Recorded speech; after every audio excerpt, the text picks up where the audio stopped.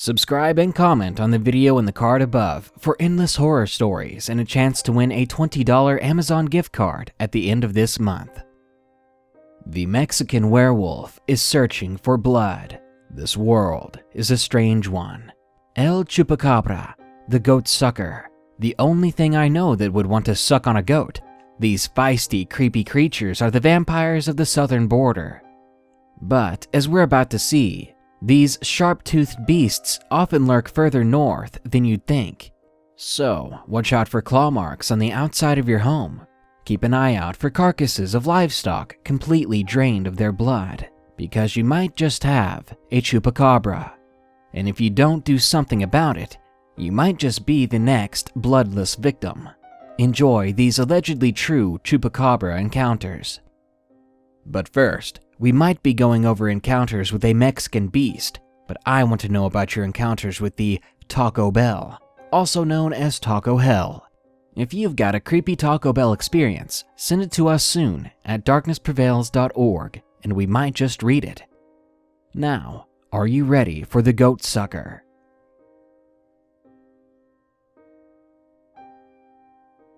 Number 1. The Mexican Manbat, submitted by Daniel B.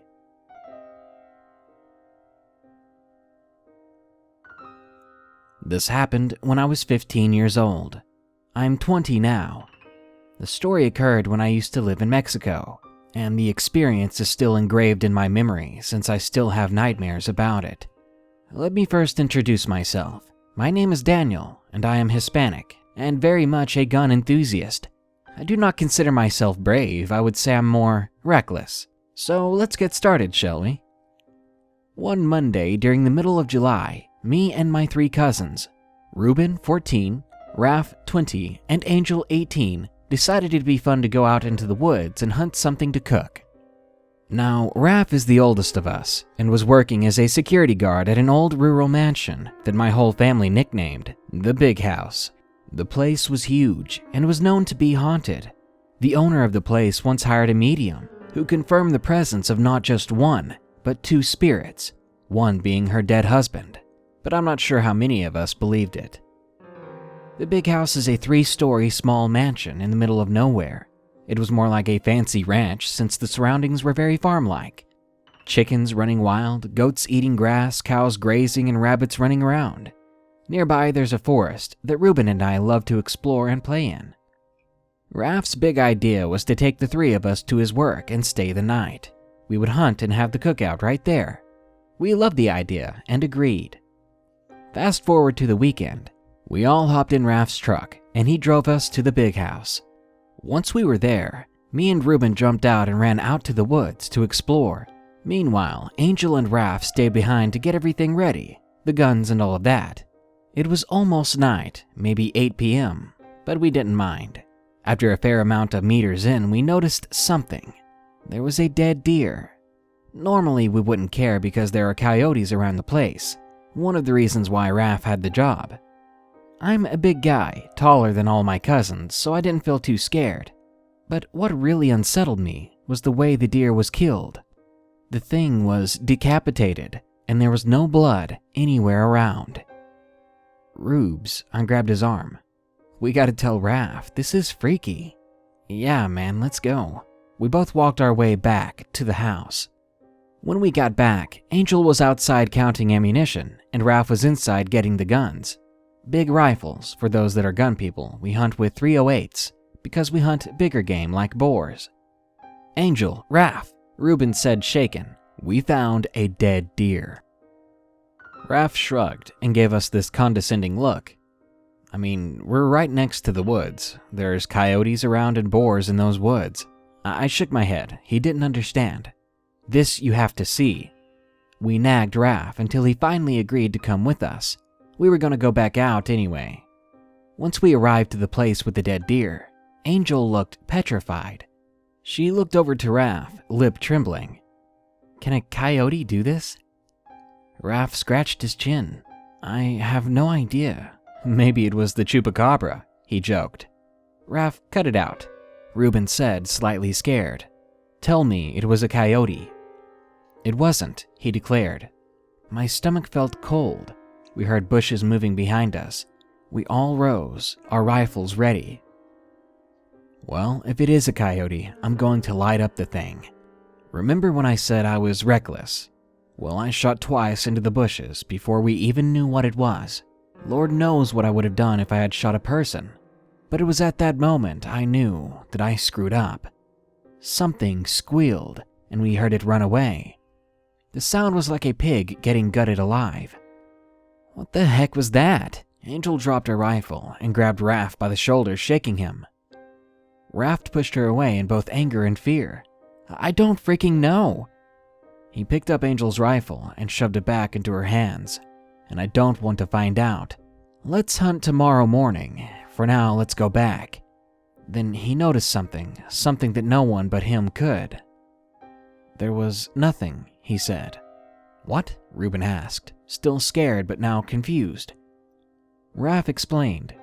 Daniel shot twice, but no other animals ran or flocked away. No birds, no squirrels, nothing. After a shot like that, birds would be flying away because the noise would be so loud and terrifying to them.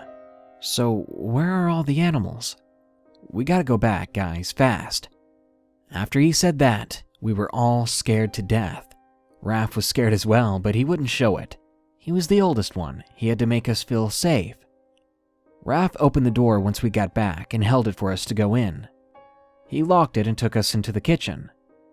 What was that thing? I asked him, checking out how many bullets we had.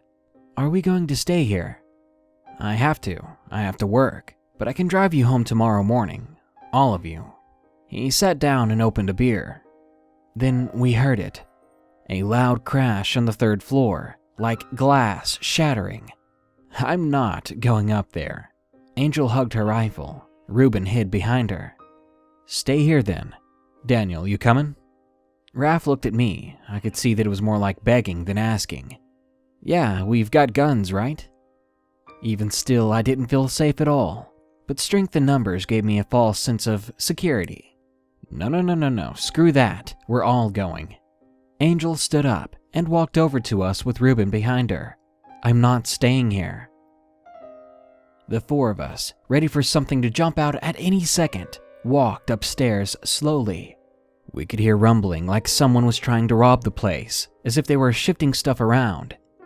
After we reached the 3rd floor, Raph turned on his flashlight, and we saw the most horrifying image of our lives.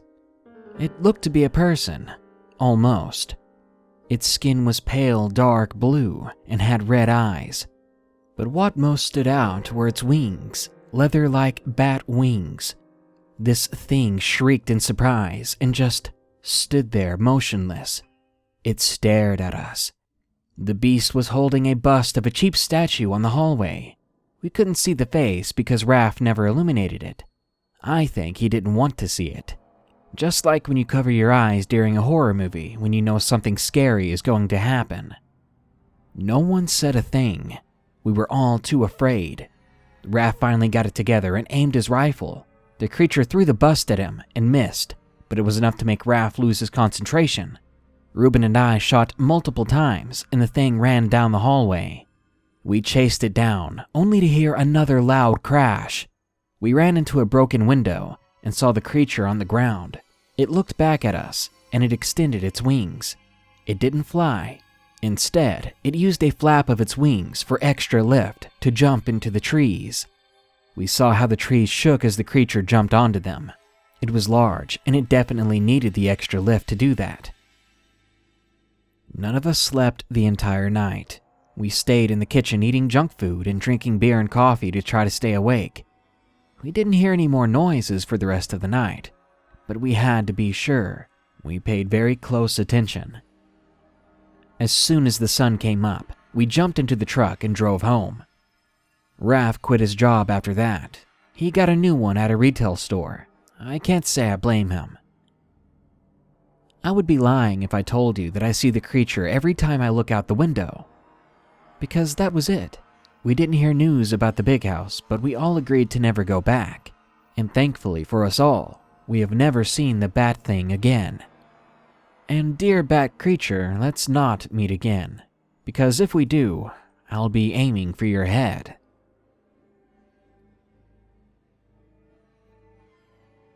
Number 2. A real Chupacabra sighting. Submitted by Patty Pat. I live in Utah, a state that is often overlooked when it comes to the paranormal. However, I can assure you that this state has had more than its fair share of strange happenings.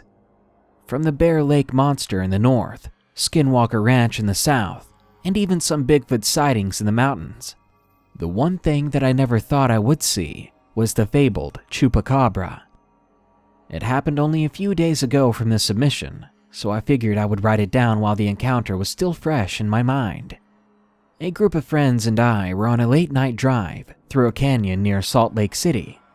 We often go on these drives as there isn't much to do on a weeknight. We had just turned the corner when our headlights caught something crossing the road ahead.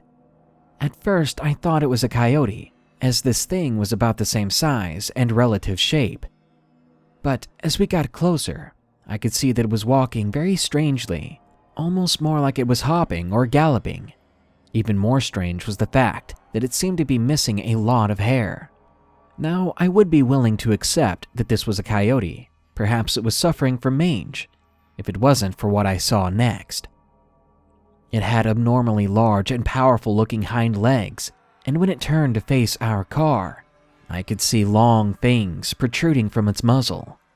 After we safely exited the canyon, we were all a bit shaken up, so we decided to call it a night. I will never return to that canyon again.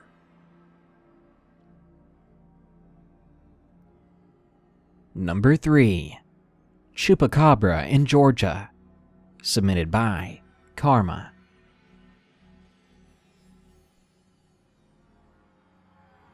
This happened some odd years ago, and I have 2 of my family to back me up, even though we all kinda just put it behind us. In the mountains of Georgia, there is a small town of Jasper, in Pickens County. It was a small town back in the day, but it's grown since then. I'm 17, but I remember this clearly because it scared me, and this is why I believe in the creatures of the night. So before our house burnt down, we lived on a hillside. Below our place was our grandparents' house, and behind their house was a very large cow pasture. Me and my sisters are pretty fearless when it comes to going outside at night. And that's where we messed up. Just above our grandparents' house was a hand-built picnic table. We snuck out one night after our mother had fallen asleep, and it was summer, so we always stayed up late. We were sitting around the table when my older sister, Im, looked up to a noise from the backyard of my grandparents' house. She panicked and told me and my younger sister, E, to get up and head home. We did as we were told, but not before we saw this thing with gray skin. It had no fur. It was crawling out of the shadows, staring us down. Me and Im are the older 2 sisters, Im being older than me. I take E and put her behind me since I had a very large stick in my hand. I was always very paranoid anyway, especially when we went out at night, and I always carried a stick or a large rock at that. This beast just looked at us as we started backing up towards our house. Im made sure E was the one closest to the house if this thing came to us. Hopefully me and Im would be able to fend it off. E was just too young to do anything by herself. E was just about up the stairs to our porch when this thing literally came at me and Im. I panicked. I wasn't much older than E, but I took the stick and I swung with all my force and body into one hit. And that's when our dogs, Rox, Tiger, and Roscoe, came from under the porch growling and snarling at this thing. It jumped toward the dogs instead of us, and I owe my life to those dogs. Because whatever that thing was, it ran away and our dogs gave chase. That night, once our dogs came back, they slept in the house with us. They had saved each and every one of us. Lord knows what that creature would have done. This thing, wherever it was now, I never want to see it again. But if I must, I'll be better prepared to get a picture of it, or even kill it.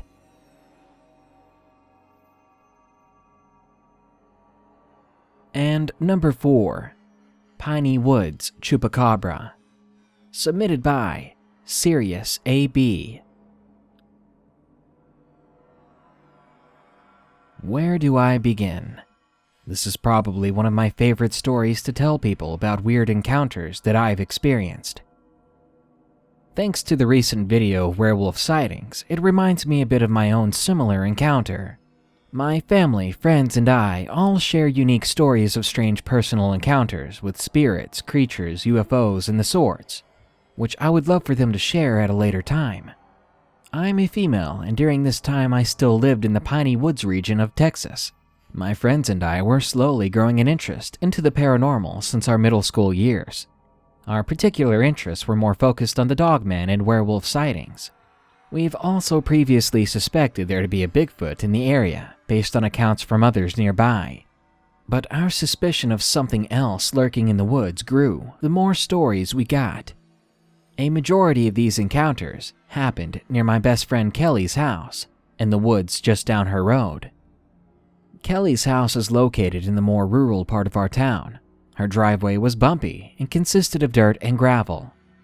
In her front yard there was a large thicket with a bunch of blackberry bushes and pylons going through it. In her backyard there was a small wooded area with a creek bed. It ran through it in the fashion of an L. To the right of that creek bed was her grandmother's house, and of course, just down that road was the woods. The first sighting came from a childhood friend of a friend, who believed and apparently even saw a werewolf in the woods by luring it and watching it from the shed.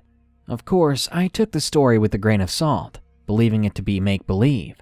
However, it still is funny considering what happened years later. A mutual friend and her brother saw the giant silhouette of what appeared to be a dog cast onto their curtains in the bedroom. The next day, all that was left behind were some scratch marks near their window, 7 feet off the ground, as well as a musty odor. There was also an account from 2 girls from our high school. They believed they sighted a chupacabra. They described it as a huge white dog with a weird gait that ran out in front of their car. My friend Kelly also spotted a gray-brownish slouched-over dog run across the road into the woods. Chupacabra or werewolf, all of these sightings were so similar. My sister, niece, and I have also heard strange growling and odd howl screams from our backyard. I have seen strange footprints in the woods where the encounters took place. These prints looked almost exactly like a human's, except for the toes. Instead, it looked as if it widened just a bit, and I could only make out 3 prints with clawed tips at the end. We also heard something one night, clawing against a pylon in a horse field close to Kelly's house. A year before my initial encounter took place, Kelly had called my sister and another mutual friend late at night.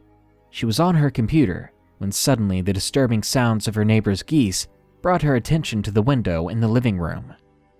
This window gives a full view of her backyard. As she peered out the window, she saw a tall figure leap from across the creek near her grandmother's house and into the woods beyond the creek bed. Luckily, her grandmother keeps the porch light on, so she was able to adjust her eyes fairly quickly. As she gazed out from the window, she noticed the figure leaning up against a tree staring right back at her. Whatever it was, it had 2 pointy ears, yellow eyes, and a tail that swung slightly in the air. The whole encounter only happened for a few minutes before it ran off in the direction it was heading. The next day, she went to investigate the creek bed and felt as if she was being watched. It was then that she heard a disembodied growl that was accompanied by the sudden stench of decay. Well, as for my experience during the time it happened, I was around 16 years old, and I was spending the night at Kelly's house. There was this forest that we always enjoyed hiking in. This forest in particular looked as if it was planned on being a park. On one of our longer treks, we once discovered a sign and a few rotting benches at the third lake located in the deepest part of the woods. There were also plenty of generally well-kept trails, sheds, and piers. During this sleepover, Kelly and I planned to go out hiking around midnight in the woods. We had done so other times before with no problem. Just us and the sounds of crickets chirping, frogs croaking, and the occasional rustle of a small animal in the bushes, always accompanied by the sense of serenity. The woods we normally hiked were located just down Kelly's road. This road was a dead end that looped around, Beyond this dead end was a gate that marked the border into the woods. There was a sign on the gate that warned others no trespassing, but of course, we paid no heed every time we jumped the gate. Unlike the previous nights we went hiking, we came prepared with flashlights and 2 dogs, one a very young rambunctious mutt, and the other an elderly lab. It started out normally until we neared the forest. We both started to get this uneasy feeling. Something just wasn't right this time. The woods, after all, seemed oddly quiet that night, but we pushed on nonetheless. We jumped the gate and headed down the trail. The trail takes a right within a few feet, and a few feet after that, the trail splits off in a Y shape. If you were to take a left, you'd head deeper into the woods and end up next to the lake, and taking a right would lead you to another dead end. As we approached the Y, we started to hear rustling around us, but we assumed it to be just some other skittish animals. I stopped suddenly, bringing my friend to a halt. For some reason, I couldn't bring myself to take that left. I let Kelly know and she reassured me that she had felt the same way from the very start. Now we were both scanning the trees with our lights, until my eyes caught a fallen tree that seemed to block the path to our left. Then at that moment, for some reason, I felt the hairs on the back of my neck rise, just looking at it. I questioned Kelly about the tree as the dogs slowly made their way to it at the same time to investigate. As we were discussing the tree, Kelly quickly choked up. She was quick to tell me that as the younger dog prodded up at the tree, 2 yellow eyes jumped up from behind it. We took a couple of steps back and quickly paced ourselves out of there. We didn't run because we felt if the dogs weren't freaking out, then we shouldn't either. But we sure as hell weren't going to stay there. As we were walking down the road and about 1/4 of the way from the woods, we heard crashing and then 2 very loud thuds against the concrete. We hightailed it back towards Kelly's house as we heard the thing running towards us. It took at least 4 more thuds before it turned off into the woods on our right. From there, we could hear it crashing through the brush behind us. We didn't stop until we were catching our breath on the lighted patio of Kelly's house. And that's when Kelly spotted those same eyes bobbing up and down from the thickets in front of her house, just before we went inside. We really wanted to tell Kelly's mother what happened, when all of a sudden the dogs began to growl and bark. Sure enough, as we went out to investigate, both the dogs had their tails straight up and barking towards the thicket, but neither of them dared to enter. Kelly stayed on the patio, but I paced along the border of the thicket. I started making noises to see if I could get a response. Just after I tried howling, Kelly heard a low growl that sent her running back into the house. Several days after this encounter, Kelly began to hear noises. She would hear screaming and howling in the woods, and on some nights, she would hear growling and bumping underneath her house. These sounds lasted for a week or so until the woods finally became quiet again.